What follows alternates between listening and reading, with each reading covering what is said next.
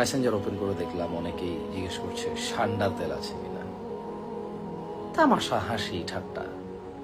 অথচ বেকারত্ব, দরিদ্রতা, অসুস্থতা, বালা মুসিবত, অতিরিক্ত খরা অথবা অতিরিক্ত বৃষ্টি, মানুষের অভাব অনটন, অসুস্থতা, মানসিক যন্ত্রণা, চারিদিকে আমরা নিমজ্জিত, জর্জরিত। কোরআনে আল্লাহ বলছে ফাকুলতু ইস্তাগফিরু রাব্বাকুম ইন্নাহু কানা গাফফারা, তোমরা আল্লাহর কাছে ক্ষমা চাও, আল্লাহ তোমাদেরকে ক্ষমা করবে, তিনি ক্ষমাশীল।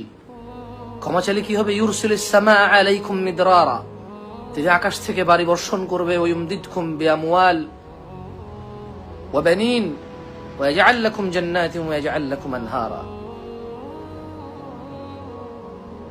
তুমি আল্লাহর কাছে মাপ চাইবে, আল্লাহ তোমার জন্য, আল্লাহ তোমার টাকা পয়সা বৃদ্ধি করবে, ধন সম্পদ বাড়াবে, ছেলে মেয়ে দান করবে।